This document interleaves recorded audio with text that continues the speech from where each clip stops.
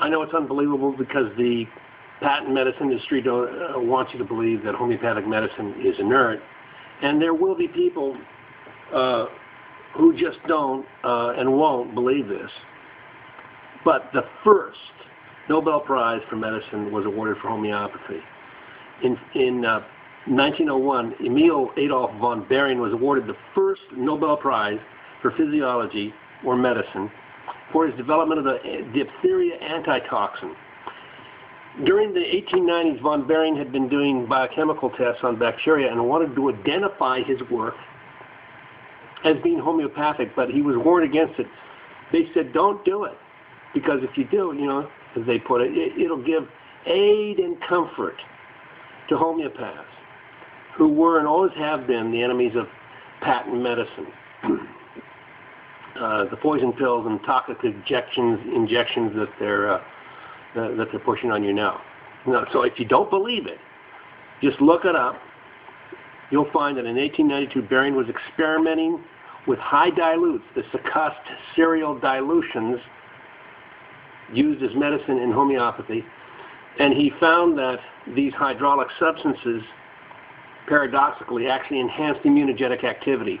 But at that time, he didn't say anything about it because he was advised to suppress reports about the experiments with high dilutes due to the aid and comfort that it would provide to homeopaths.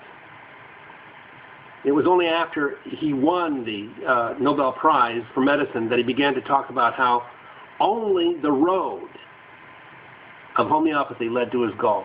And he said, in spite of all scientific speculations and experiments regarding the smallpox vaccination, Jenner's discovery remained an erratic blocking mechanism to the biochemically thinking Pasteur, who was devoid of all medical classroom knowledge, traced the origin of this therapeutic block to a principle which cannot be better described than by Hahnemann's word, homeopathy. Ladies and gentlemen, Behring is considered the father of modern medicine, and Behring here is telling us that immunology, and therefore epidemiology, essentially what is real medicine, is homeopathic.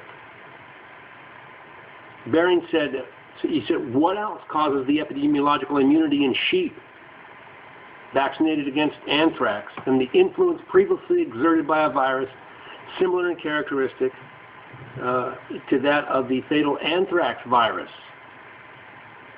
And by what technical term could we more appropriately speak of this influence than by Hahnemann's word, homeopathy?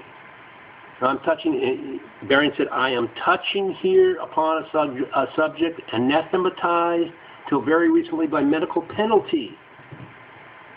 But if I am to present these problems in historical illumination, dogmatic imprecations must not deter me. So, when Behring was accused of practicing homeopathy, he replied that he wouldn't hesitate to say so. He said, Samuel Hahnemann was right when he took his starting point in the symptoms of the patients, in the similia similibus, or like cures like principle, that modern etiology therapy is at one with homeopathy. And Behring said that Louis Pasteur, the man who invented pasteurization, the man that invented the smallpox, the anthrax vaccine, that his methods, his work was purely homeopathic. Behring said, what technical term could we more appropriately speak of this influence? Epidemiological immunity, exerted by a similar virus than by Samuel Hahnemann's word, homeopathy.